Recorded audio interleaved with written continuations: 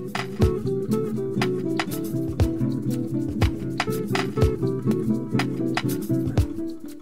estudo da metáfora há alguns anos já. Então, na verdade, desde a graduação, desde o PIBIC, né, que eu fiz, eu pesquisei metáfora e então tenho entrado nesse mundo de pesquisar metáforas a partir da linguística cognitiva, mais propriamente no mestrado e no doutorado que eu defendi em 2016. Então, a minha perspectiva ao falar de metáfora é uma perspectiva da linguística e especificamente da linguística cognitiva. A metáfora é um tema que tem intrigado a humanidade pelo menos há 2000 anos, né? Desde essa tradição retórica, dessa tradição greco-romana, especialmente com Aristóteles, que a metáfora como fenômeno cultural, como fenômeno de literatura, de linguística, na verdade, mais contemporaneamente, tem intrigado as pessoas, né? Todos nós aprendemos na escola que a metáfora é um fenômeno puramente da estrutura da linguagem e que tem uma função puramente decorativa. O que isso significa? Que ela pode ser dispensada. Nós aprendemos que a metáfora ela é a comparação implícita entre dois termos, né? E serve para comparar termos distintos como elemento decorativo para finalidades artísticas e literárias apenas. Então, se alguém diz que fulano é um leão, a gente está nesse plano dessa definição mais tradicional da metáfora, dizendo que aí ocorre uma comparação implícita na qual foi omitido o conectivo com. Bom, isso a gente aprendeu na escola e como muita coisa que a gente aprendeu na escola tem sido revisitado atualmente e já há uns 30 anos mais ou menos essa noção de metáfora tem sido bastante questionada através inclusive de pesquisas empíricas. Então, a linguística cognitiva, ela nos dá uma outra possibilidade para olhar o fenômeno. Ela vai dizer que a metáfora, ela não é um fenômeno puramente linguístico, mas é um fenômeno de cognição, ou seja, é um fenômeno de como a gente pensa, de como a gente encara, de como a gente conceptualiza o mundo ao nosso redor. Então, para a linguística cognitiva, a metáfora, primeiro ponto, a metáfora não é um fenômeno exclusivo de linguagem, mas é principalmente o fenômeno de cognição. E que fenômeno é esse? É uma noção bastante abrangente de metáfora. É a comparação de uma coisa em termos de outra. É a comparação de um fenômeno mais abstrato em termos de um fenômeno mais concreto. Como assim concreto e abstrato? No sentido da experiência que a gente tem com os fenômenos. Então, se eu digo, por exemplo, assim, que o meu relacionamento esfriou, isso é uma metáfora, e essa metáfora ela se origina desde muito cedo, quando a gente está aprendendo linguagem, quando a gente está adquirindo a linguagem, há correlações entre domínios da experiência humana.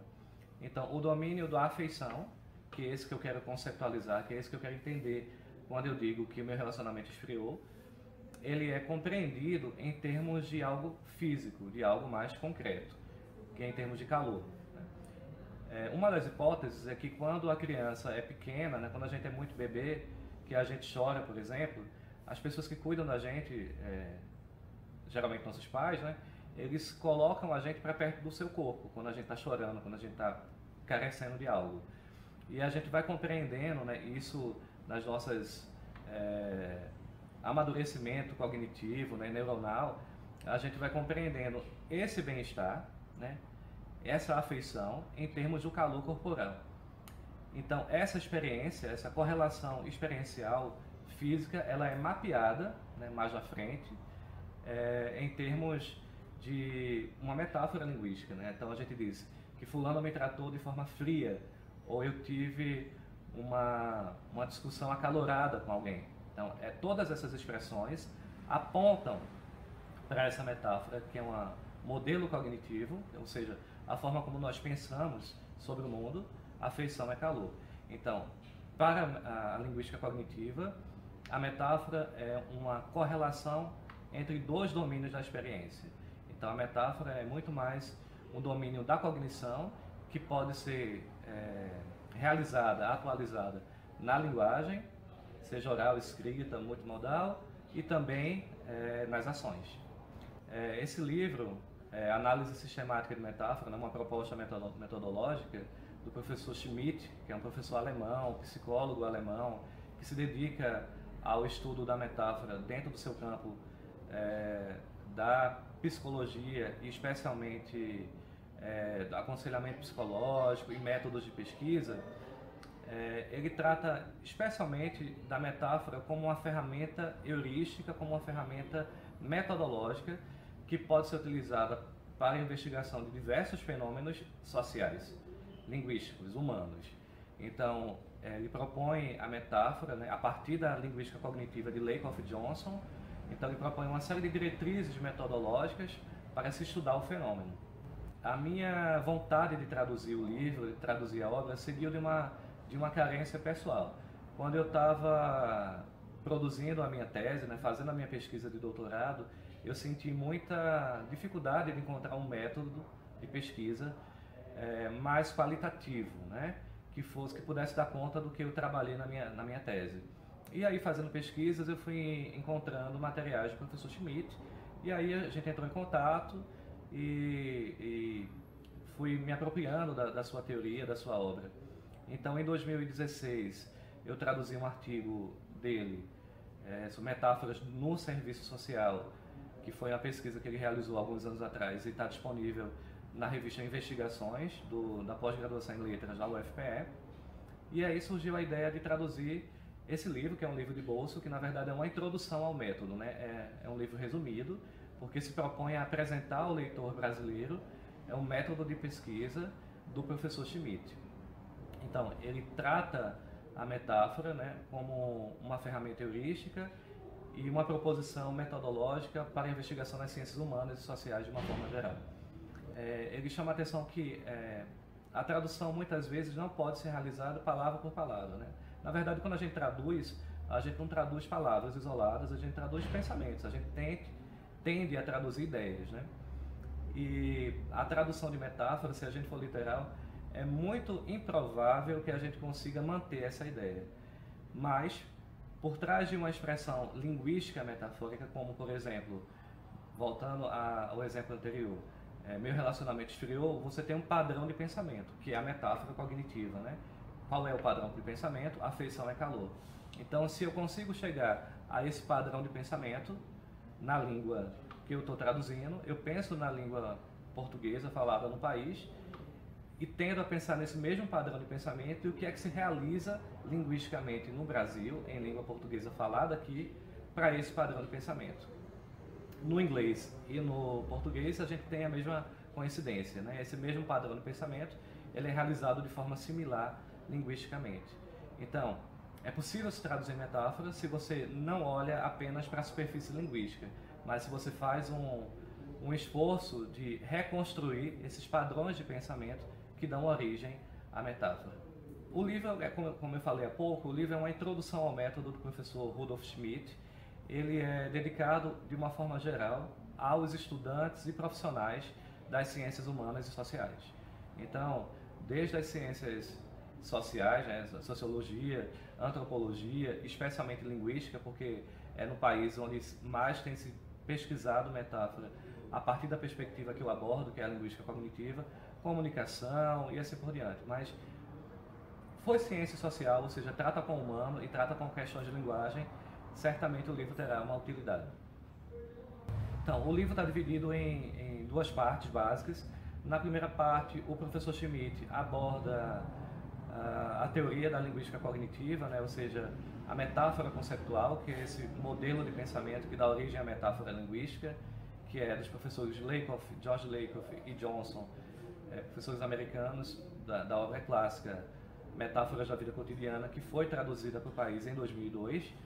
Então aborda um pouco da teoria e depois ele faz um pouco como se fosse um estado da arte de como as ciências sociais, especialmente no seu contexto cultural mais imediato, né, europeu e alemão especialmente, como lá a academia tem tratado da pesquisa de metáfora. Então ele vai ver de que maneiras a metáfora tem sido tratada nas pesquisas acadêmicas naquele país.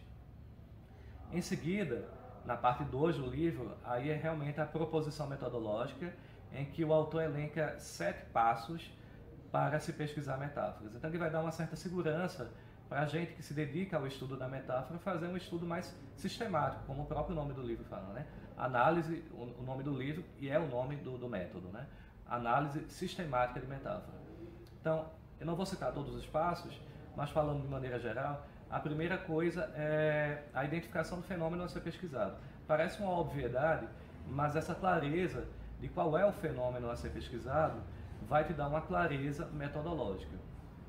Entre outros passos que o autor elenca, é imprescindível que se separe as metáforas do próprio pesquisador. Então, antes de você pesquisar, por exemplo, eu estou fazendo uma pesquisa atualmente sobre o papel do policial na sociedade. Então, a gente entrevista policiais, junto com alunos de PIBIC, perguntando para o policial ser policial é como. A gente pede que ele responda isso por escrito e depois a gente conversa um pouco de forma a aumentar um pouco o arcabouço ali para análise. Então, se eu estou pesquisando ser policial é como, eu quero identificar esses padrões de pensamento, essas metáforas utilizadas pelos policiais que demonstram o que é que eles pensam enquanto subgrupo cultural a respeito do trabalho que realizam em sociedade. Antes disso, é preciso que eu e minha equipe, que estamos pesquisando o fenômeno, a gente tenha clareza sobre os nossos próprios padrões de pensamento sobre o fenômeno, para que a gente não contamine o material com as nossas próprias metáforas. Então, outro passo importante que o Schmitt aponta é que os pesquisadores já tenham uma clareza sobre quais são as metáforas que utilizamos para tais fenômenos. Outra coisa importante também, que é um passo elencado pelo autor, é indicar que a gente analise também todo um contexto imediato do fenômeno. Então, nesse caso específico do policial, é importante que a gente identifique as metáforas utilizadas por não policiais, por exemplo, pelo discurso técnico-científico e pela mídia de uma forma geral, pelo jornalismo, pela comunicação. Então, como esses agentes sociais conceptualizam o policial? Por que isso é importante? Porque quando a gente tiver o diagnóstico de como o policial vê a si próprio, vê o trabalho que ele realiza, a gente consegue fazer a comparação com os modelos que a sociedade tem do policial. Será que o jornalismo e o discurso técnico-científico e o cidadão comum não policial pensa sobre esse agente social, sobre o policial, da mesma maneira que ele próprio se vê? A nossa pesquisa está em andamento, mas a gente já viu que não. Que o discurso técnico-científico ele vê de uma maneira bem distinta e o policial ele se vê, como, por exemplo, como um super-herói em algumas maneiras, em algumas passagens lá da pesquisa, em outras como um ser invisível. Então, a gente está apenas em um estágio da pesquisa. Depois disso, e o Schmitt propõe também, a gente vai ter que fazer uma reflexão sobre o que é que esses padrões de pensamento revelam e escondem, o que ele vai chamar de realce e encobrimento. O que é que esconde sobre a realidade social e o que é que demonstra sobre a realidade social. Enfim, são 7 passos que o autor elenca e que nos dá uma garantia de confiabilidade da pesquisa. Então é uma obra bastante significativa, original e pioneira no Brasil. Eu espero que vocês leiam e que tenham pesquisas bastante produtivas sobre o fenômeno no país.